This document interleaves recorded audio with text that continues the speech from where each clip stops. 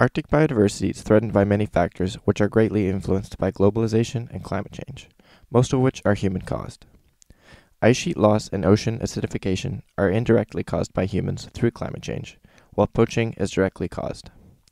All three have had great effects on the fauna of the Arctic, and their combined effects threaten the ecosystem as it exists today. Poaching in the Arctic can be divided into two categories: hunting by natives for survival and hunting for commercial goods such as pelts and meats. The largest seal hunt in the world takes place in Canada, though seal hunting also occurs in almost all members of the Arctic Council, as well as Namibia. Although seal hunting has occurred for an estimated 4,000 years in northern Canada, the practice is controversial in the contemporary context of globalization, even though the harp seal, which is the species most hunted, is a species of least concern according to international conservation status. Polar bear hunting has been banned in Russia since 1956. Despite the ban, poaching still threatens their population. In Canada, polar bear hunting is legal and considered unsustainable in some areas. The polar bear is classified as vulnerable according to international conservation status. Due to climate change, ice sheets are melting at ever-increasing rates. They act as one of the greatest protectors against climate change by reflecting the sun's light back into the atmosphere. With the shrinking of the ice sheets, more heat is absorbed by the ocean, causing more melting. As the ice sheets melt, so does the Arctic permafrost, which releases dangerous amounts of methane, one of the most powerful greenhouse gases, into the atmosphere. It has been stated that as early as next year, there could be no ice sheets in the summer. This not only affects global weather patterns, but hugely disrupts the habitat of many Arctic animals. Walruses and seals rely on the ice sheets for their way of life. It acts both as a place to raise their young and rest between feedings. With these areas retreating further out into the ocean and away from safe and food-rich shallow water, these animals are forced onto shore. This has resulted, particularly in the case of walruses, in overcrowding of shore area, which can lead to death or injury of the young from being trampled by the massive and powerful bulls. Seals have been affected by the spread of disease from previously separated populations, which have now come together. Ocean acidification has many side effects separate from direct biodiversity loss, such as greatly disrupting the food web. Acidification is mainly caused by increased atmospheric CO2, which dissolves into the ocean and creates carbonic acid, which in turn creates hydronium ions.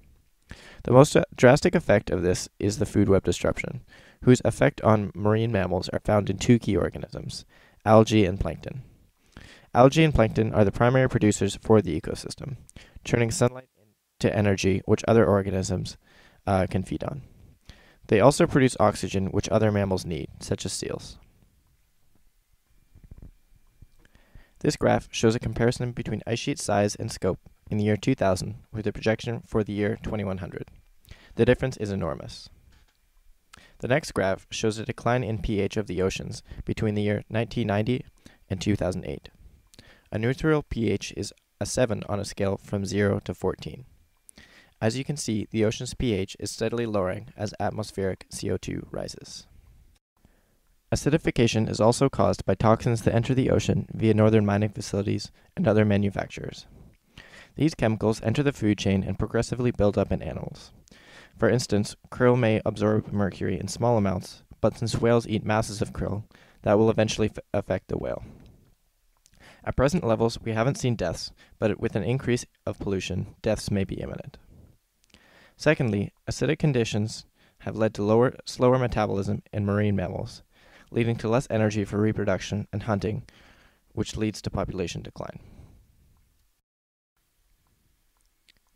Acidic waters have also been linked to a reduction in the quality of echolocation. Due to the makeup of the water, acoustic conductivity is inhibited, and whales are beginning to have difficulty communicating over regular distances. The Arctic Council is an international group of representatives from nations which have access to the Arctic ecosystem: Canada, Russia, Denmark, Finland, Iceland, Norway, Sweden, and the United States. The group is fairly recent. It was only established in 1996. The group addresses many important international concerns such as indigenous rights, conservation of flora and fauna, sustainable development, and pollution control. There is some recent controversy over whether the Arctic Council should widen its duties to cover military issues, which are growing given the loss of the Arctic ice, which traditionally did not allow passage. We argue that the Arctic Council should not start dealing with military issues, since it will inevitably take resources away from their current environmental and indigenous rights projects, which already require increased attention.